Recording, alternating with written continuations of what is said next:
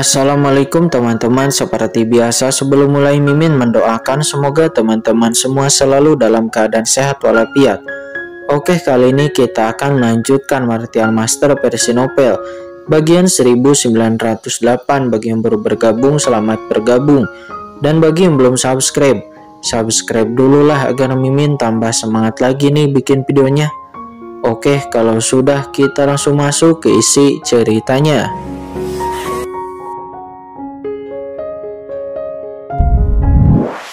Tampak acuh tak acuh dan hanya menatap Kaisar Wu Yue dengan dingin. Kaisar Wu Yue, hilangnya permaisuri memang ada hubungannya denganmu. Hari ini aku akan membalaskan dendam permaisuri. Dia berteriak dingin dan dengan suara keras.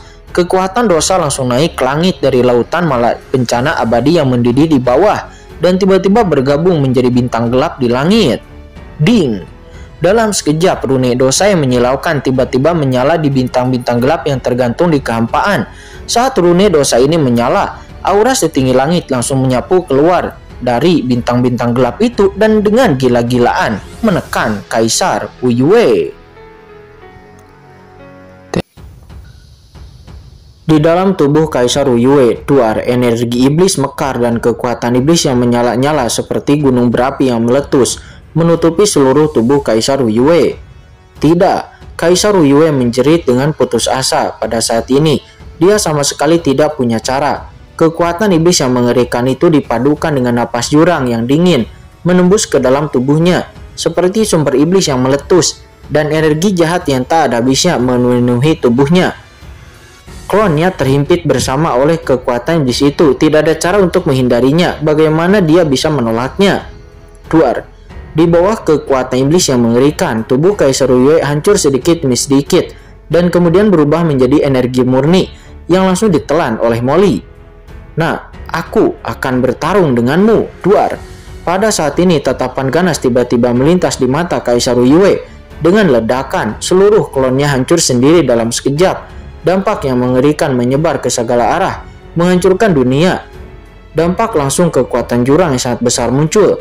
Kaisar Wu Yue tahu bahwa dia kalah, jadi dia segera meledakkan asal-usul klonnya. Duar, kekuatan mengerikan langsung meledakkan lubang-lubang mengerikan di tubuh Molly yang telah menyembuhkan sebagian besar lukanya dan langsung meledakkan Molly menjadi berlumuran darah dengan bekas luka.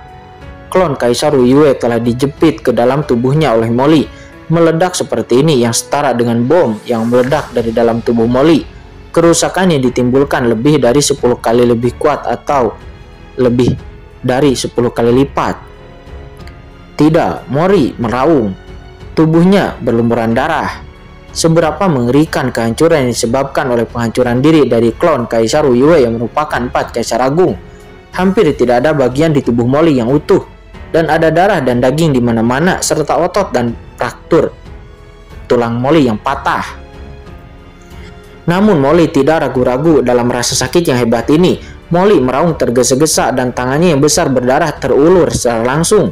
Dan dengan ledakan Molly tiba-tiba melesat ke arah kehampaan di depannya. Yah, bocah itu benar-benar tahu tentang metodeku. Dalam kehampaan sebuah kekuatan yang sangat tidak jelas tiba-tiba naik ke langit. Ternyata itu adalah Kaisar Wu Yue. Kehendaknya tidak jatuh setelah penghancuran diri, tetapi kehendaknya memanfaatkan peluang untuk membumbung ke langit, langsung merobek cengkeraman Molly dan melarikan diri menuju langit yang tak berujung. Tidak, hentikan dia dengan cepat, kata Molly. Dia meraung tergesa-gesa. Molly telah melihat metode Kaisar Wu Yue ini di Laut Mati, jadi Molly sudah waspada saat ini. Namun Molly tidak pernah berpikir bahwa dia masih bisa melarikan diri meskipun terluka parah, yang membuatnya sangat terkejut. Begitu kehendak Kaisar Wu Yue dibiarkan pergi, maka semua usahanya sebelumnya akan sia-sia. Semua usahanya sebelumnya benar-benar akan sia-sia dan semuanya akan sia-sia. Hentikan dia. Kaisar Abadi dan Dewi Bintang Gelap terkejut, marah ketika mereka melihat ini. Mereka mengambil tindakan hampir secara bersamaan. Dengan suara yang keras, Istana Siming dan Dewi Bintang Gelap mekar dengan cahaya ilahi yang tak berujung, berubah menjadi lingkaran cahaya tak terlihat yang dengan cepat menyelimuti dunia. Namun, tindakan mereka masih terlalu terlambat. Jiwa ilahi dari Kaisar Wu Yue mengeluarkan suara mendesing. Dengan aura jiwa sisa yang kabur, seolah-olah dia tidak berada dalam kehampaan ini dan benar-benar menembus blokade di antara mereka berdua. Setelah jiwa itu sampai di formasi Tain Jue Tian, kemudian dia mencapai formasi dan lalu memukul dengan keras dengan ledakan. Formasi Tain Jue Tian yang dikerahkan oleh Dewi Tain terpisah secara instan seperti kertas dan akan keluar dari blokade tak terbatas di sini.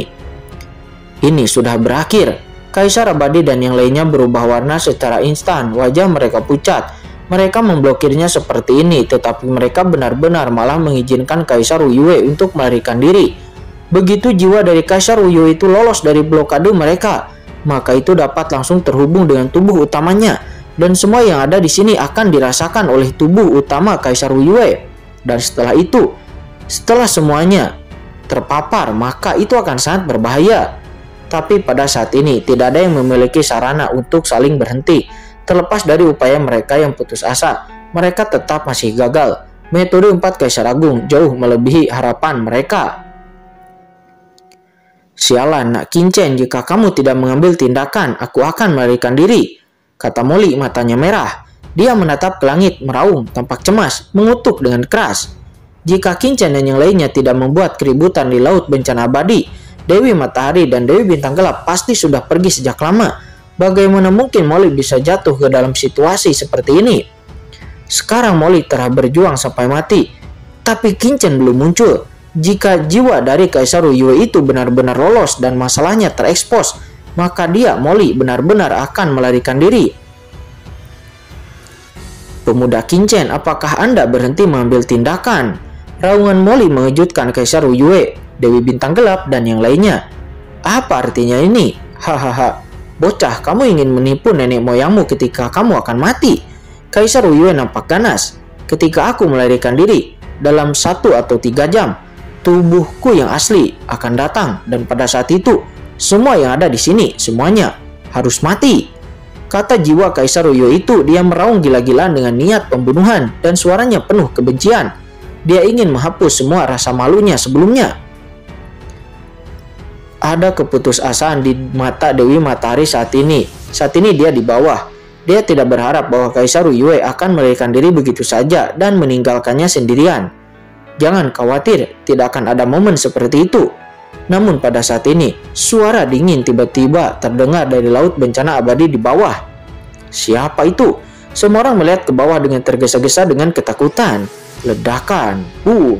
Di saat suara ini jatuh, serangkaian cahaya luas tiba-tiba naik ke langit dari Laut Bencana Abadi.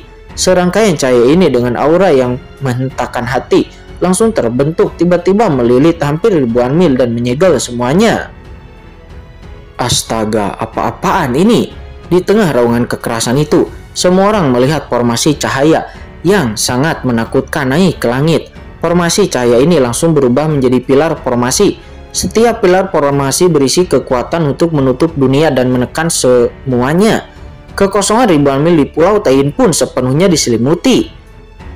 Duar, pilar-pilar formasi muncul, membentuk formasi yang sangat luas. Di saat formasi ini terbentuk, semua orang seketika merasa bahwa tekanan menakutkan yang tak tertandingi sedang menekan mereka. Mereka merasa seperti tidak bisa bernapas. Pada saat ini, baik formasi Jue Tian, ataupun Istana Siming, ataupun Bintang Kegelapan, mereka merasakan tekanan yang luar biasa, terutama formasi Jue Tian milik Dewi Tain. Di bawah formasi yang baru terbentuk ini, suara retak mulai terdengar, tidak dapat dipertahankan. Formasi macam apa ini? Semua orang pun melihat ke langit dengan kaget. Dengan suara ledakan, jiwa ilahi dari kehendak Kaisar Wu Yue pun juga mencapai formasi yang tiba-tiba membuat seluruhnya pusing dan diblokir secara instan. Ini, matanya tiba-tiba menyusut. Dia tampak terkejut dan marah. 9. Formasi langit telarang kegelapan. Siapa yang benar-benar memindahkan formasi ini dari Laut Mati ke sini? Duar. Kemudian semua orang melihat sosok dingin perlahan-lahan terbang melintasi Laut Bencana Abadi di bawah. Pria ini terlihat sangat muda dan tampan, dengan rambut hitam panjang terbang di atas angin. Ketika dia mengangkat tangannya, matanya seterang pedang, dan dia memancarkan aura dingin, membuat orang-orang tak dapat menjelaskan. Hahaha, nah Kincen, kamu akhirnya keluar. Aku sudah lama menunggumu. Aku hampir pecah dengan keringat dingin. bisakah kamu berhenti begitu tergesa-gesa di masa depan? Molly melihat laut bencana abadi. Sosok yang sedang naik daun tidak bisa membantu tetapi menghela napas panjang. Setelah kata-katanya jatuh, tubuhnya yang terluka berbaring langsung di sana. Dia bahkan tidak bisa melihat Kaisar Yue di atas kepalanya. Oh sial, iblis Qinchen akhirnya keluar dan dia akhirnya bisa menghela napas lega dan beristirahat. Saat ini mata Qinchen dingin dan dia melirik Molly. Ketika dia melihat tubuh Molly yang berdarah dan terluka, Qinchen sedikit merutkan kening, tetapi akhirnya tidak mengatakan apa-apa. Setelah melihat Qinchen, wajah Kaisar Abadi tiba-tiba menunjukkan kegembiraan. Qinchen, Dewi Bintang Gelap, dan Dewi Matahari, juga yang lainnya, semuanya memiliki kelopak mata yang berkedut dan memandang Qinchen dengan tergesa-gesa. Qinchen, setelah merasakan aura kultivasi Qinchen, Dewi Bintang Kegelapan dan yang lainnya pun langsung terpana. Sebelumnya, aura Qinchen yang naik ke langit terlalulah kuat, memberi orang kesan bahwa auranya sangatlah kuat. Tetapi sekarang, ketika semua orang melihat tingkat kultivasi Qinchen, mereka semua menjadi sangat bingung. Orang yang menunjukkan formasi yang sangat menakutkan ini ternyata sebenarnya adalah seorang pria muda, dan dia bahkan bukan ahli kaisar yang hebat, tetapi hanyalah ahli semi kaisar. Tapi bagaimana mungkin? Bagaimana hanya ahli semi kaisar dapat mengendalikan formasi 9 pembentukan langit terlarang? Saya ingin menggunakan 9 formasi langit terlarang Nether untuk menyegelku. Tapi kamu terlalu berpikir banyak, hancurkan. Kaisar Yue terkejut dan marah. Dia berteriak keras. Meskipun aura di tubuh Qinchen hanyalah tubuh dari seorang ahli semi kaisar, namun dia tidak memiliki keberanian untuk melawan Qinchen sama sekali. Dalam sekejap dia tiba-tiba bergegas ke ruang telarang Jiu Tian di atas kepalanya untuk menerobos formasi besar. Pintu rahasia keluar. Sosok jiwa Kaisar Yue mengintegrasikan jiwanya ke dalam 9 pembentukan langit terlarang Jiu Tian di atas kepalanya. Dia ingin mengaktifkan pintu rahasia di dalamnya dan tidak sabar untuk melarikan diri dari sini. Akan tetapi tidak peduli bagaimana jiwanya bergabung, formasi langit yang terlarang di atas kepalanya tetap tidak bergerak dan tidak merespon. Pintu rahasia yang mereka tinggalkan waktu itu tidak pernah dapat diaktifkan sama sekali. Apakah kamu mencari pintu rahasia yang ditinggalkan? Kata Qinchen. Dia naik ke langit dan mencibir. Idiot, memang memiliki garis keturunan yang sama. Apa maksudmu?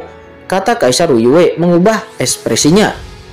Proyeksi Anda di Laut Mati juga memikirkan metode ini dan ingin melarikan diri, tetapi pada akhirnya mati di tanganku.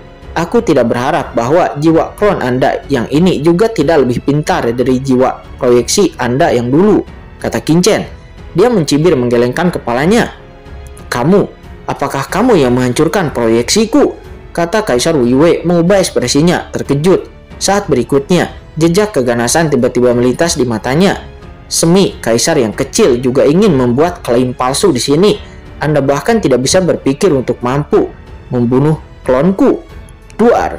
Kaisar Yue yang tidak dapat merasakan pintu rahasia tiba-tiba menjadi panik. Dia pun memukul keras dan bergegas melayangkan tinju ke arah Qinchen. Hanya ada satu pemikiran dalam benaknya, yaitu untuk menangkap Qinchen. Dan selama dia dapat menangkap Qinchen, mungkin masih ada harapan untuknya melarikan diri. Ledakan. Sosok Kaisar Yue melesat seperti cahaya petir, menusuk melalui kekosongan dan muncul di depan Qinchen dalam sekejap. Kekuatan jiwa yang menakutkan itu terburu-buru masuk ke dalam pikiran Qinchen. Meskipun aura pada tubuh Qinchen hanya di ranah semi kaisar, Kaisar Yue telah ketakutan oleh Molly sebelumnya. Sekarang dengan hanya satu jiwanya yang tersisa, dia ingin menangkap Qinchen dalam waktu sesingkat mungkin tanpa resiko. Satu-satunya cara untuk melakukan ini adalah dengan kekuatan puncak jiwa spiritualnya. Jika Anda ingin menghancurkan lawan secara langsung, maka jiwa adalah fokus utamanya. Qinchen, hati-hati, kata Kaisar Abadi berteriak dengan tergesa-gesa. Melihat bahwa jiwa Kaisar Yue akan meledak ke dalam jiwa Qinchen, Qinchen mengangkat kepalanya dan berkata dengan tenang, "Oh, lakukan." Tawa tiba-tiba bergema di seluruh dunia. Tiba-tiba dua sosok muncul di sebelah Qinchen. Satu sosok melonjak dengan tubuh yang anggun, bergerak dengan berbagai postur dengan penuh godaan. Tetapi ada sedikit teror di antara tawanya. Pesonanya tiba-tiba menyapu jiwa Kaisar Yue.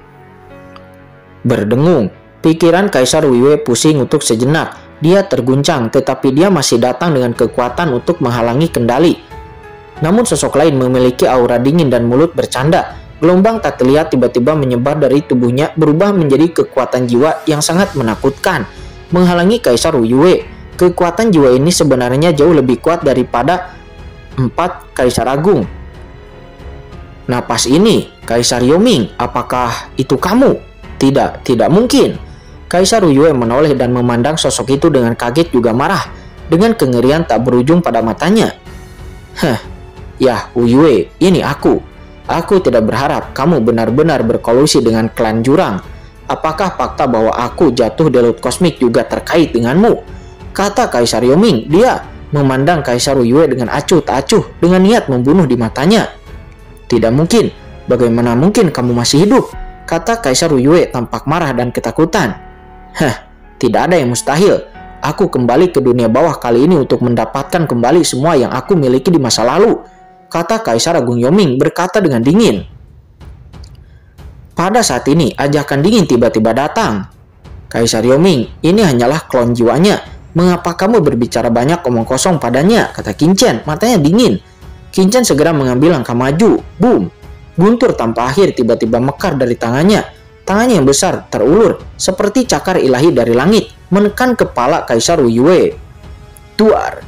Di bawah mata semua orang, tandar guntur yang tak ada habisnya meledak. Guntur ini berisi aura kehancuran yang menghentak, benar-benar menyelimuti jiwa Kaisar Yue, meledakkannya di tempat. Tidak, dalam teriakan itu, jiwa Kaisar Yue benar-benar hancur. Sebelum dia bisa bereaksi, itu menghilang dalam sekejap. Kekuatan murni jiwa dengan cepat dibawa ke dalam tubuh Qin dan mulai dimasukkan secara paksa. Jiwa spiritual Qin melonjak, seolah-olah dia telah menerima dorongan nutrisi yang besar, tetapi segera terdiam lagi dan kembali ke ranah semi kaisar. Tampaknya tidak mudah bagiku untuk menerobos ranah Kaisar Agung, kata Qin. Wajahnya tampak jelek. Jiwa klon dari seorang Kaisar Agung, Kaisar Yue. Namun, setelah pemurnian, hanya jiwa Qin yang telah disempurnakan. Ia tidak memiliki niat ataupun sedikit kekuatan untuk bisa menerobos ke ranah Kaisar Agung. Hal ini membuat Qin menghela napas dalam di hatinya. Dibandingkan dengan Molly, akan jauh lebih sulit bagi Qin untuk bisa menerobos ke ranah Kaisar Agung. Setelah melakukan semua ini, Qin segera melihat Dewi Bintang kegelapan di samping dan juga Dewi Matahari di bawah. Dengan cahaya dingin di matanya, ditatap oleh Qin untuk beberapa alasan. Meskipun pihak lain jelas hanyalah seorang ahli semi kaisar, Dewi Bintang Gelap dan Dewi Matahari seketika menegang, merasa seperti hati mereka telah dipukuli dengan sangat ketakutan. Qin, Dewi Bintang Kegelapan ini adalah salah satu dari kita, dan Dewi Matahari ini berada di bawah komando Kaisar Yue, kata Kaisar Abadi dengan tergesa-gesa. Yoming, Simei, aku menyerahkan gadis matahari ini kepadamu. Ingat, jangan bunuh dia, tangkap saja, kata Qin memberi perintah dengan dingin. Yah, baik tuan. Tanpa mengucapkan sepatah kata pun, Kaisar Simei dan Kaisar Yoming segera terbang ke tempat Dewi Matahari di bawah berada. Melihat bahwa seorang ahli Kaisar Agung yang bermartabat seperti Kaisar Agung Yoming benar-benar mematuhi perintah Qin, Dewi Bintang Kegelapan yang tidak sadar itu bahkan lebih terkejut dan tampak sangat waspada. Sementara Dewi Matahari yang awalnya diliputi oleh serangan dari Dewi Taiyin, tetapi dia masih bisa bertahan. Namun sekarang, Kaisar Simei dan Kaisar Yoming telah bergabung. Bagaimana mungkin dia masih bisa menolak? Dan hanya untuk sesaat, Dewi Matahari ditahan, ditangkap, dan diikat. Dia pun berdiri di depan Qin dan berlutut di sana. Anda, Dewi Matahari tampak ganas dan dingin mengatakan sesuatu, tetapi ketika dia melihat mata Qin dan Kaisar Yoming di sebelah Qin, dia sangat takut sehingga dia tidak berani mengatakan sepatah kata pun.